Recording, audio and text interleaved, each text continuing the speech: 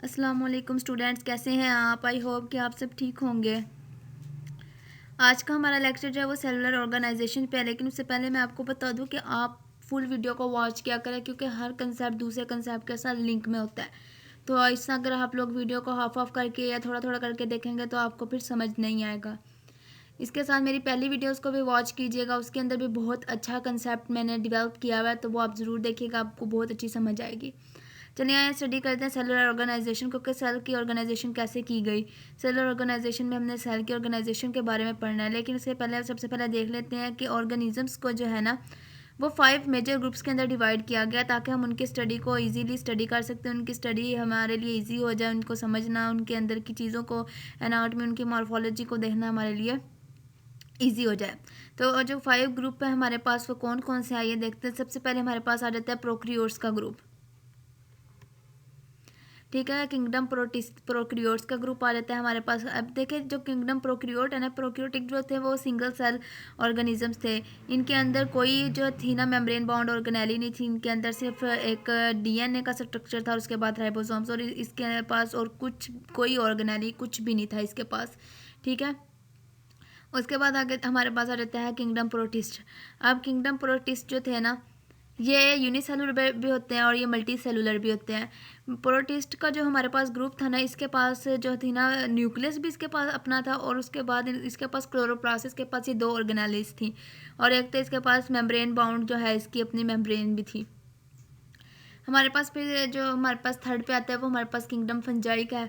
अब जो हमारे पास किंगडम फंजाई है ना, ये इसको अलग किंगडम में इसलिए रखा गया क्योंकि ये ऑटोट्रॉफ भी था और हेटरोट्रॉफ भी। इसकी कुछ सिमिलैरिटीज़ एनिमल लाइक थी और कुछ प्लांट लाइक थी। फिर हमने प्लांट्स को भी अलग ग्रुप में रखा क्योंकि वो ऑटोट्रॉफिक मोड के थे, और एनिमल्स को अलग ग्रुप में रखा क्योंकि ये हेटरोट्रॉफिक मोड। ये देखें यहाँ पर हमारे पास ये शो हो रही है यीस्ट, और ये मोल्ड्स हैं, ये हमारे पास फंजाई ही हैं। फिर यहाँ पर प्लांट्स का ग्रुप शो हो रहा है, ये प्लांट्स को अलग ग्रुप में रखा गया और एनिमल्स को अलग ग्रुप में रखा गया, क्यों मैंने आपको बताया कि एनिमल्स जो है वो हेटरोट्रॉफिक मोड के हैं, ये अपनी खुराक जो है वो दूसरों की मदद से लेते हैं, और जो प्लांट है वाटर ट्रॉफिक, ये अपनी खुराक खुद बनाते हैं सनलाइट को यूज़ करके। उसके बाद फंजाई भी जो है वो हेटरोट्रॉफ और ऑटोट्रॉफ, इसकी कुछ सिमिलैरिटीज़ जो है वो प्लांट लाइक थी और कुछ एनिमल लाइक थी, इसलिए इसको हम लोगों ने जो है वो अलग ग्रुप के अंदर रखा।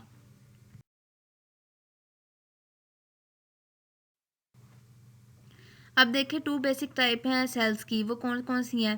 तो सब हमें तो पता है कि ऑर्गेनिज्म जो है वो सेल से बना है। सेल सेल एक इसका बेसिक यूनिट और फंक्शन है हमारी बॉडी का, सेल जिससे हम मिलके बने हुए हैं। ठीक है, उसके बाद अब सेल की 2 बेसिक टाइप है, एक तो प्रोकैरियोटिक सेल और दूसरा यूकैरियोटिक सेल। मैंने आपको बताया कि प्रोकैरियोटिक सेल के अंदर कोई मेम्ब्रेन बाउंड ऑर्गेनेली नहीं होती, इसके अंदर सिर्फ राइबोसोम और जो है वो डीएनए होता है सर।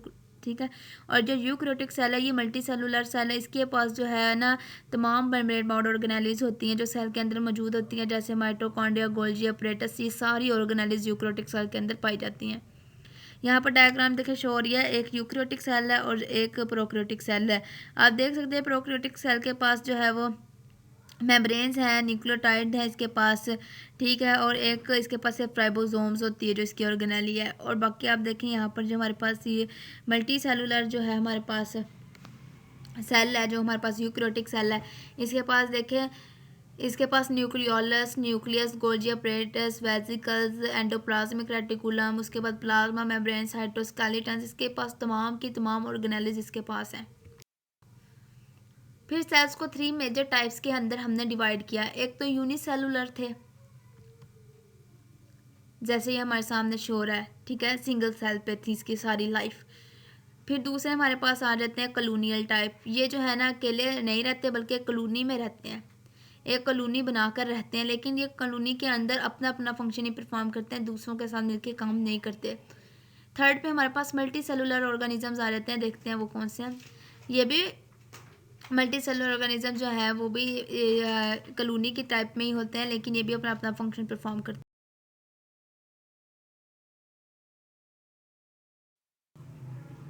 चलिए स्टडी करते हैं हम लोग यूनिसेलुलर ऑर्गेनिजम्स को।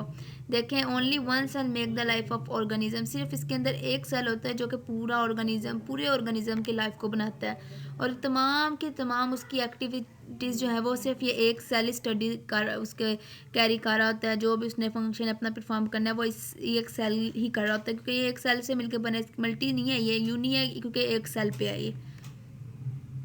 यहाँ पर देखें डायग्राम हमारे पास शो हो रही है पैरामीशियम की।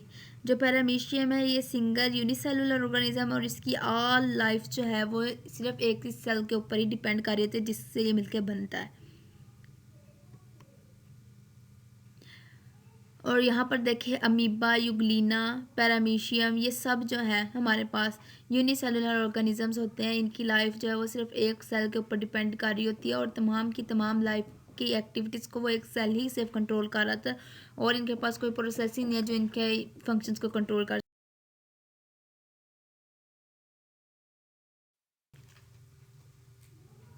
अस्सलाम वालेकुम स्टूडेंट्स, कैसे हैं आप? आई होप कि आप सब ठीक होंगे।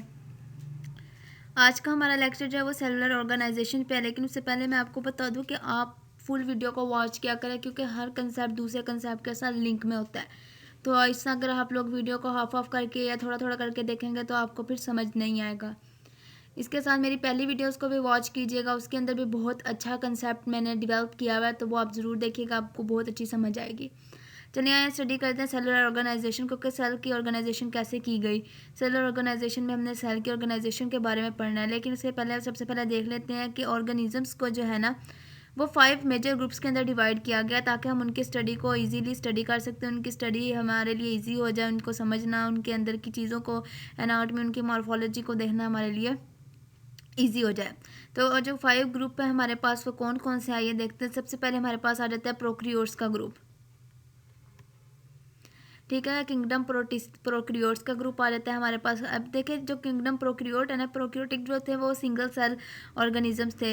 इनके अंदर कोई जो थी ना मेम्ब्रेन बाउंड ऑर्गेनेली नहीं थी, इनके अंदर सिर्फ एक डीएनए का स्ट्रक्चर था, उसके बाद राइबोसोम्स, और इसके पास और कुछ कोई ऑर्गेनेली कुछ भी नहीं था इसके पास, ठीक है।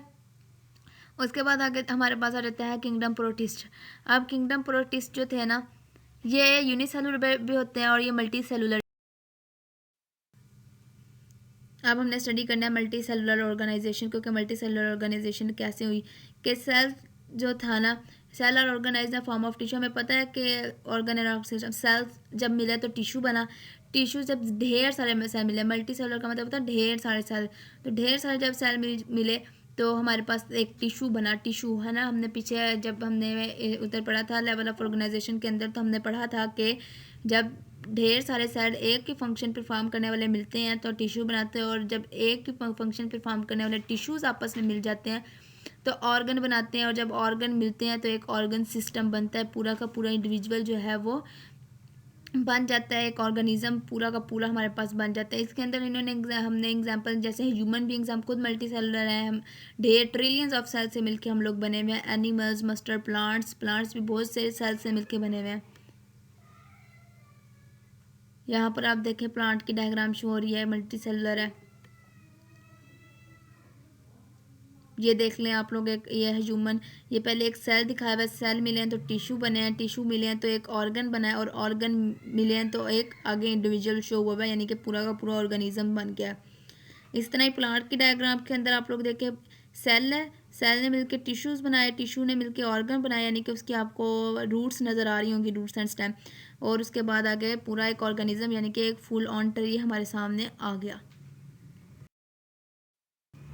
इसके साथ मुझे पूरी वो उम्मीद है कि आप लोगों को आज का लेक्चर समझ आ गया होगा। ये आप लोग हर लेक्चर को फुल वॉच किया करें, इससे आप लोगों को अच्छी समझ आएगी। और अगर कंसेप्ट नहीं क्लियर हुआ तो मुझे कमेंट बॉक्स के अंदर ज़रूर बताएं। हर लेक्चर का जो है वो दूसरे लेक्चर के साथ लिंक होता है, इसलिए आप प्लीज़ पूरे लेक्चर्स को पीछे से भी वॉच करें, ठीक है। और इसके साथ साथ अगर कुछ नहीं समझ आया फिर भी तो मुझे कमेंट बॉक्स में कमेंट करें, तो मैं इंशाल्लाह आपका कंसेप्ट ज़रूर क्लियर करवाने की कोशिश करूँगी। इसके साथ ही मुझे इजाज़त दीजिए, एक नए लेक्चर एक नए कंसेप्ट के साथ मिलेंगे इंशाल्लाह। अल्लाह हाफिज़।